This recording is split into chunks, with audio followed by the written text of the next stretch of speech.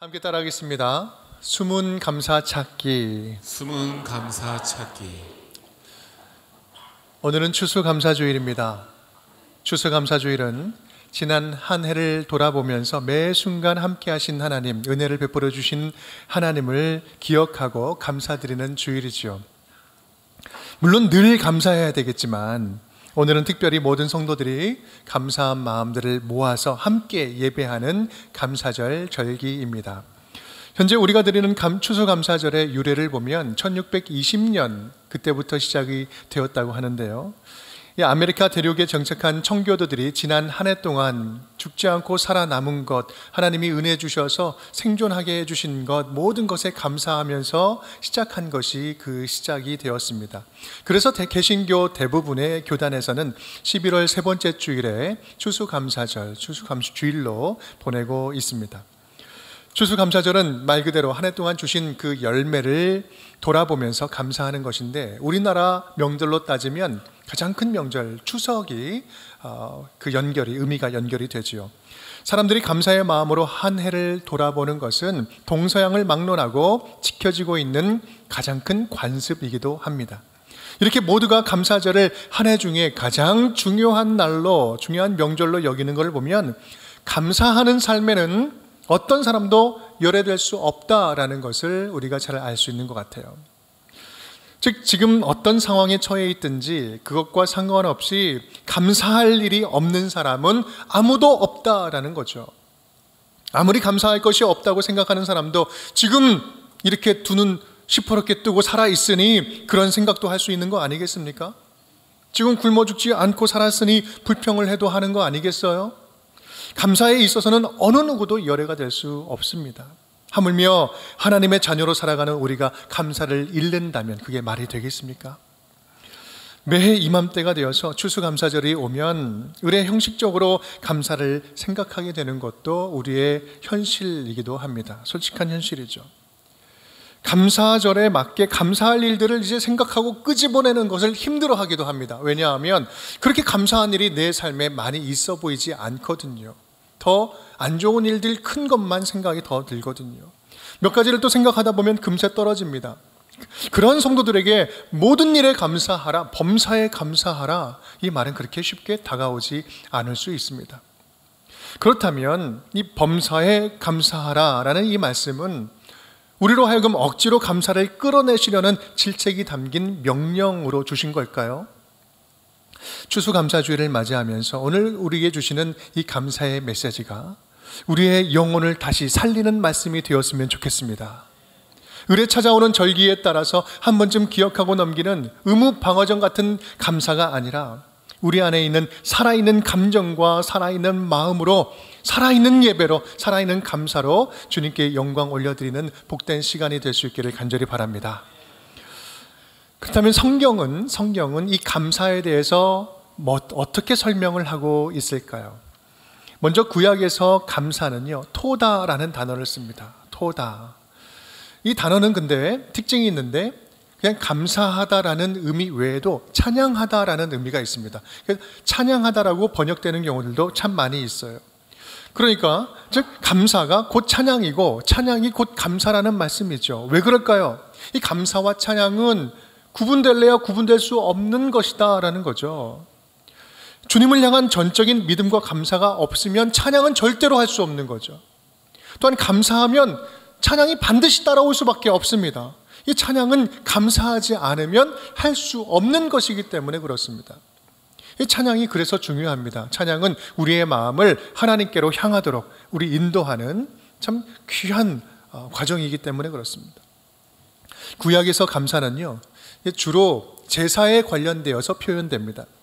감사제사가 있죠. 이 감사제는 화목제의 가운데 하나였는데, 이 화목제의 가장 대표적인 특징이 있다면 그것은 바로 제사자들이 다른 사람들과 함께 더불어서 그 제물을 나누어 먹는 데 있습니다. 레위기 2장 11절 말씀을 보면 제사를 드릴 때 화목제를 이 거제로 드린다라고 이제 표현이 되거든요. 이 거제라는 것은 제사를 드리는 여러 방식 가운데 하나인데, 이 제물을 이렇게 들어 올리는 겁니다. 들어 올리고 이렇게 내리는 것입니다. 이 제물을 들어 올리는 제사, 근데 우리는 여기서 의미를 좀 주목해 볼 필요가 있어요. 즉 제물을 들어 올리는 것은 우리의 모든 삶을 주님께 올려드립니다 라는 고백이 담겨져 있는 것이고, 이 내리는 것은 이 나의 모든 삶은 주님께 선물로 받은 삶입니다 라는 그 의미가 담겨져 있는 거예요. 그러니까 함께 먹고 마시면서 기뻐하는 우리의 모든 감사의 이유들은 하나님이 주신 선물이니 함께 감사하고 함께 기뻐하고 함께 먹고 마시면서 즐거워하자라는 말씀이죠. 그것을 구체적으로 공동체 안에서 드러내는 것이 감사제사였어요. 그런 의미로 볼 때 구약에서 감사는 구체적인 제사 그리고 예배 행위로 표현되는 특징이 있습니다. 아울러서 함께 나눠 먹는 실천이 포함된 의미가 이 감사에 담겨져 있어요. 즉 진짜 감사는요, 마음만으로만 감사하는 것이 아니라 적극적으로 표현하는 것입니다. 감사할 이유를 통해서 서로가 선물이 되어주는 것, 이것이 구약에서 볼 수 있는 감사였습니다. 여러분, 오늘 말씀을 들으면서 고맙고 감사한 일이 있는 분들이 생각난다면, 감사할 일이 있으면 여러분 말로만 감사하다고 하지 마시고요, 하나님과 사람들에게 구체적으로 받은 은혜와 감사를 구체적으로 표현할 수 있기를 간절히 바랍니다. 이것이 바로 성경 구약에서 말씀하고 있는 감사의 의미입니다. 그렇다면 신약에서의 감사는 어떤 특징이 있을까요? 신약에서 감사는 헬라어로 유카리스테오라는 헬라어를 사용을 합니다. 이 복음서와 서신서에 한 38번 정도 등장하는 익숙한 단어인데요, 이 단어는 합성어입니다. 유와 카리스테오, 카리스. 유는 아주, 매우라는 그 접두어고, 카리스는 은혜, 많이 들어보셨죠? 기쁨, 이를 이야기합니다. 아주 기쁨이 넘치는 감정의 상태, 그 감정을 담고 있는 단어입니다. 큰 기쁨과 넘치는 은혜에 대한 존재론적인 반응, 이것이 바로 감사라는 단어에 담겨 있는 거예요. 그런 면에서 볼 때 신약의 감사는 구약과 조금 다릅니다. 구약에서는 감사가 다소 제의적이고 현실적인, 실천적인 개념이 강했다면, 신약에서는 총체적이고 존재론적인 의미가, 본질적인 의미로서의 감사를 더 강조하고 있습니다. 신약의 감사는 총체적인 모든 삶의 영역에서 고백하는 개념인 거예요. 오늘 본문도 마찬가지입니다. 데살로니가전서 5장 16, 17, 18절 우리 함께 읽어볼까요? 항상 기뻐하라, 쉬지 말고 기도하라, 범사에 감사하라. 이것이 그리스도 예수 안에서 너희를 향하신 하나님의 뜻이니라. 아멘. 여러분, 기뻐하고 기도하고 감사하는 것은요, 그렇게 어렵지 않습니다. 어려운 부탁이 아닙니다. 그런데 여러분, 이 말씀이 성도들에게 불편함을 좀 줍니다. 불편함을 주는 이유가 뭘까요? 그 앞에 붙어있는 단어들이 부담스러운 거예요. 항상 쉬지 말고 범사에 모든 일에 감사하라. 어떻게 항상 쉬지 않고 모든 일에 기뻐하고 기도하고 감사할 수 있겠단 말입니까? 이 표현은요, 구원받은 하나님의 자녀로서 우리의 삶의 전체 영역에서 하나님께 반응하자라는 말씀을 하고 있는 거예요. 모든 삶의 영역에서 하나님께 반응하자. 우리가 말하는 모든 말과 마음의 묵상과 관계와 행동과 내가 가지고 있는 모든 소유와 열정과 소망 등등등, 이 모든 삶을 주님께 온전히 올려드리고 그 모든 것에 깃든 하나님을 인정하고 감사로 반응하는 존재가 되자. 내 삶의 모든 영역 속에 임재하시는 하나님께 반응하는 존재가 되자. 여러분, 우리에게 요청하는 이 감사, 유카리스테오라는 이것은요, 하나님께서 뭔가를 주셔서, 하나님께로부터 뭔가를 얻어내서, 지금 하고 있는 일이 잘 풀려서, 돈 잘 벌고 성공해서, 대학에 합격해서, 집값이 갑자기 2억이 확 뛰어올라서 등등의 여러 가지 이유가 있어서 감사하는 것이 아니라는 말씀이에요. 내 삶에 감사할 조건이 전혀 없을지라도 누구도 빼앗아갈 수 없는 하나님의 자녀라는 이 존재성, 십자가에서 모든 죄와 죽음과 절망과 좌절을 소멸하신 예수 그리스도를 구주로, 주인으로 모시고 살아간다는 이 자체만으로도 우리는 감사의 이유가 풍성히 젖어있는, 풍성히 담고 있는 은혜 덩어리라는 얘기예요. 그런 의미에서 우리 존재는요, 우리는 존재 자체만으로도 하나님의 선물입니다. 하나님이 주신 은혜를 온몸에 담고 있는 은혜 덩어리이기 때문에 그렇습니다. 그래서 우리는 하나님께서 이 땅을 고치고 회복하고 당신의 나라로 고쳐가는데 귀한 하나님의 선물로 보내주신 거예요. 여러분 옆에 있는 분들 이렇게 한번 바라보시면서 인사를 좀 나누실까요? 당신은 내게 하나님이 보내신 선물입니다. 당신은 나에게 하나님이 보내신 선물입니다. 좀 웃으면서 싸운 거 아니잖아요. 진심을 담아서 한번 더 해볼까요? 진짜예요. 진짜예요. 여러분 그렇습니다. 우리는 평범하고 볼품없고 깨지기 쉬운 질그릇 같은 존재들이지만 우리 안에 담기신 분은 보배로운 주님이세요. 그 보배로운 주님을 모셨으니 영광스럽고 보배로운 그릇인 것입니다. 그래서 오늘 말씀 범사에 감사하라. 범사에 감사하는 것이 가능한 겁니다. 히브리서 13장에서도 예수님께서 십자가에서 산 제물이 되신 이후로는 그를 믿는 모든 자들에게는 이제 감사할 일만 남았다라는 말씀을 하고 있어요.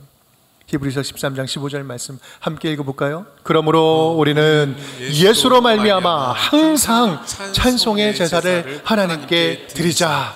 이는 그 이름을 증언하는 입술의 열매니라. 아멘. 항상 찬송할 수 있는 존재다. 복음서에서 예수님도 그래서 감사가 얼마나 중요한지 곳곳마다 그 말씀을 하고 계십니다. 우리 누가복음 17장 말씀 한번 읽어볼까요? 그 중에 한 사람이 자기가 낳은 것을 보고 큰 소리로 하나님께 영광을 돌리며 돌아와 예수의 발 아래에 엎드려 감사하니 그는 사마리아 사람이라. 예수께서 대답하여 이르시되 10사람이 다 깨끗함을 받지 아니하였느냐? 그 9은 어디 있느냐? 이 이방인 외에는 하나님께 영광을 돌리러 돌아온 자가 없느냐 하시고 그에게 이르시되 일어나 가라. 네 믿음이 너를 구원하였느니라 하시더라. 아멘. 여러분 이 이야기 기억나시나요? 예수님께서 동네를 가시는데 10명의 나병 환자가 살려달라고 이야기하죠. 고쳐달라고. 그때 예수님이 말씀하십니다. 제사장이 가서 네 몸을 보여라. 이 이야기는 벌써 내가 고쳤다라는 이야기예요. 그들이 달려가는 중에 자기의 몸을 보니까 깨끗하게 나온 것을 발견하게 됩니다. 다 나았어요. 그런데 그 중에 단 한 사람만 돌아와서 예수님의 발 앞에 엎드려서 감사합니다라는 표현을 하죠. 그때 예수님이 말씀을 하십니다. 10명이 다 낫지 않았느냐? 그 9은 지금 어디 있느냐? 그러면서 말씀하시죠. 네 믿음이 너를 구원하였다. 믿음이 너를 구원하였다. 여러분 그 한 사람은요 뭐 했어요? 와서 다른 표현 없어요. 감사하였고 감사하였으니 감사했을 뿐이에요. 그런데 예수님은 네 믿음이 너를 구원했다라고 이야기합니다. 왜 그렇습니까? 0.1%의 의심도 없이 순전히 믿는 자만이 순도 100%의 감사를 할 수 있기 때문에 그렇습니다. 기도했는데 여러분 일이 이루어졌어요? 그런데 이렇게 생각하는 거죠. 뭐 다른 이유들도 좀 있었겠지. 때가 아주 잘 맞았어. 운때도 잘 맞았던 거야. 내가 좀 잘한 것도 좀 있지. 물론 기도의 효력도 좀 있었던 것 같아. 여러분 이런 생각으로는요 절대 하나님께 진정성 있는 감사를 드릴 수가 없습니다. 우리가 온전히 감사하지 못하는 이유도 솔직히 지금 거기에 그런 데 있지 않습니까? 전적으로 믿지 않으니까 순수하게 감사하지 못하는 거예요. 감사를 아무리 생각하려고 해도 희미하게 생각되는 거예요. 믿음이 없으니까 감사할 일을 주셨어도 다 잊어버리는 거죠. 그리고 왜 나한테만 주지 않느냐고 불만 불평을 하는 거죠. 여러분 전적으로 하나님의 역사를 믿는 자만이 진짜 감격적으로 하나님께 감사를 올려드릴 수 있습니다. 믿음이 희미하면 감사도 희미해져요. 믿음 없는 감사 없고 또 감사로 드러나지 않는 믿음은 진짜 믿음인지 알 길이 없는 거예요. 오늘 다시 제 길로 다 돌아간 병 낫고 딴 길로 새버린 그 9사람들처럼 말입니다. 병은 10사람이 나았지만 구원은 한 사람만 받았어요. 감사가 곧 믿음이고 믿음이 곧 구원이에요. 그렇다면 이 말이 맞다면 감사할 줄 아는 이가 구원받은 자입니다. 감사로 드러나는 거예요. 믿음으로 구원받은 또 하나의 이야기가 있습니다. 누가복음 7장을 보면 예수님께서 우리 바리새인 시몬의 집에 가서 식사를 합니다. 제가 읽겠습니다. 한 바리새인이 예수께 자기와 함께 잡수시기를 청하니 이에 바리새인의 집에 들어가 앉으셨을 때 그 동네에 죄를 지은 한 여자가 있어 예수께서 바리새인의 집에 앉아 계심을 알고 향유 담은 옥합을 가지고 와서 예수의 뒤로 그 발 곁에 서서 울며 눈물로 그 발을 적시고 자기 머리털로 닦고 그 발에 입 맞추고 향유를 부으니 50절 예수께서 여자에게 이르시되 네 믿음이 너를 구원하였으니 평안히 가라 하시니라. 예수님께서 식사하시는데 한 여인이 와서 눈물로 발을 적시고 머릿결로 예수님의 발을 닦으면서 감사를 드립니다. 용서받은 부분에 대해서 감사를 향유를 부어요. 예수님께서 이때도 말씀하시죠. 네 믿음이 너를 구원했다. 죄 많은 여인이 용서받음에 감사를 드리는 그 모습을 보고 너에게 믿음이 있다고 말씀을 하시죠. 감사 없는 믿음이 없고 믿음으로 드러나지 않는 감사가 있을 수 없기 때문에 그렇습니다. 믿음 없이는 어떤 감사도 할 수 없기 때문에 그렇습니다.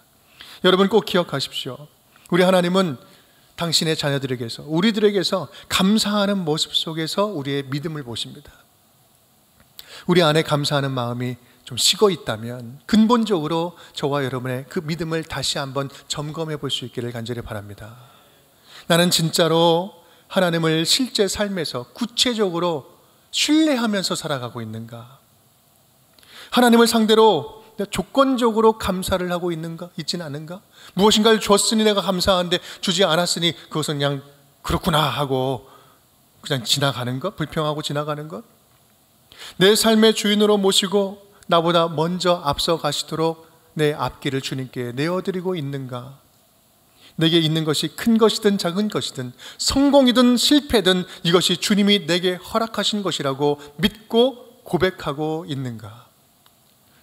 여러분 이것이 감사의 본질입니다. 감사는 신앙생활하는 데 있어서 성경의 여러 좋은 미덕들 가운데 그냥 하나 정도가 아니에요.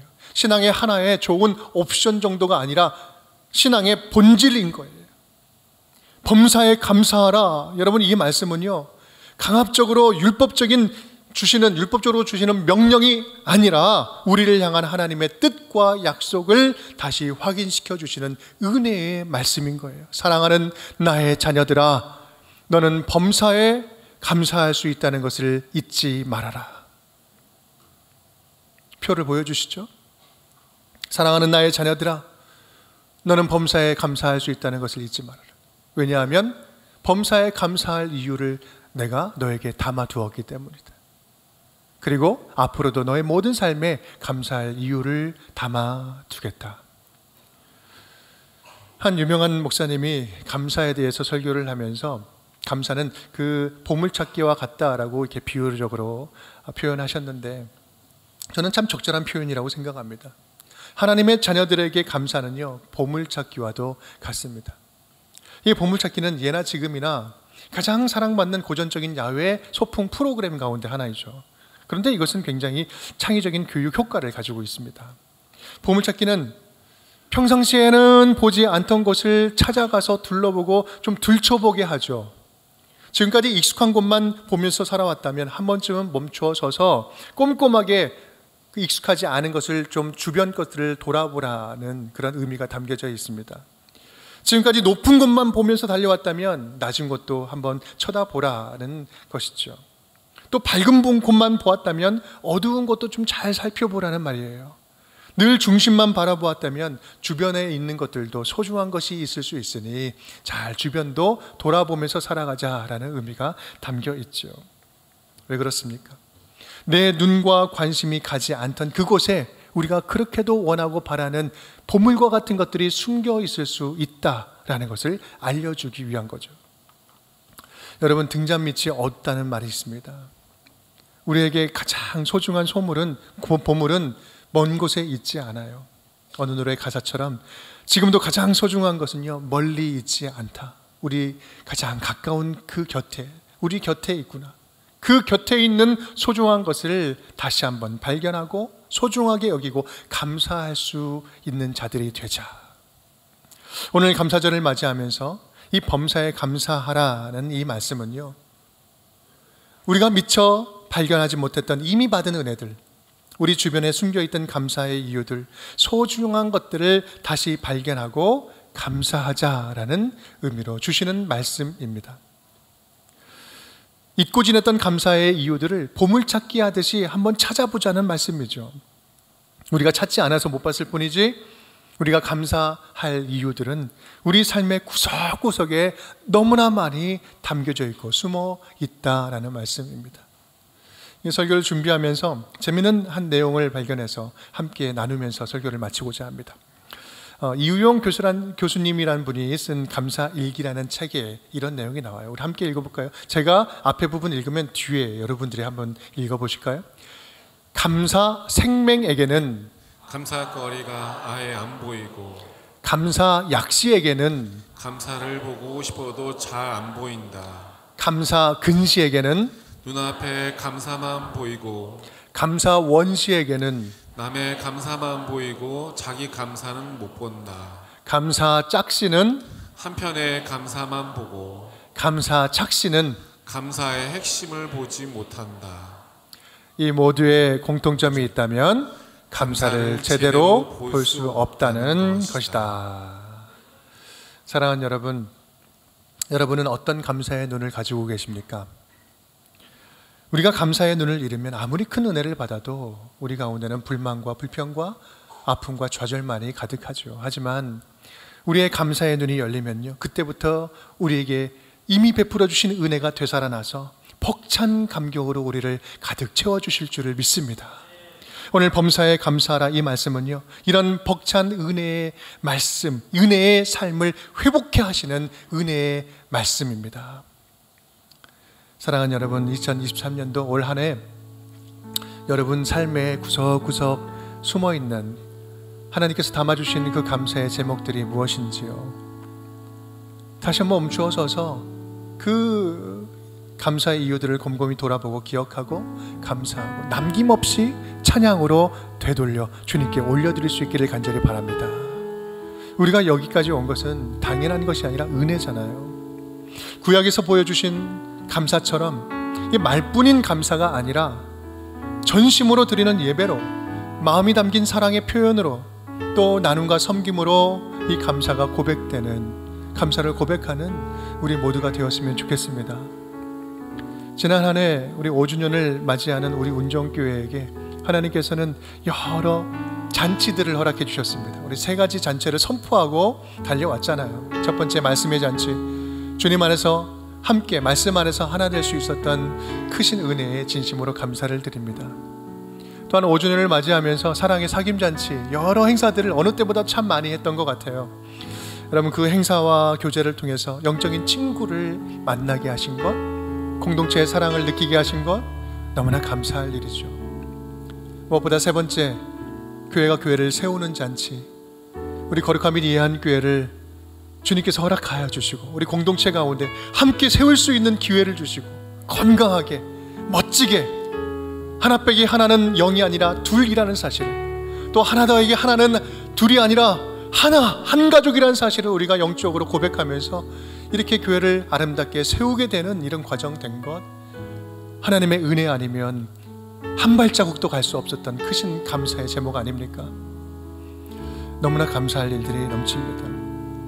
여러분, 남은 한 해도 우리 안에 담아주신 그런 숨어있는 감사의 제목들을 잊지 않고 들추어내고 다시 기억하고 찾아내어 감사함으로 표현함으로 받은 은혜에 더욱더 감사를 넘치도록 표현하는 우리 운정의 모든 가족 식구들이 될 수 있기를 주님의 이름으로 축복합니다.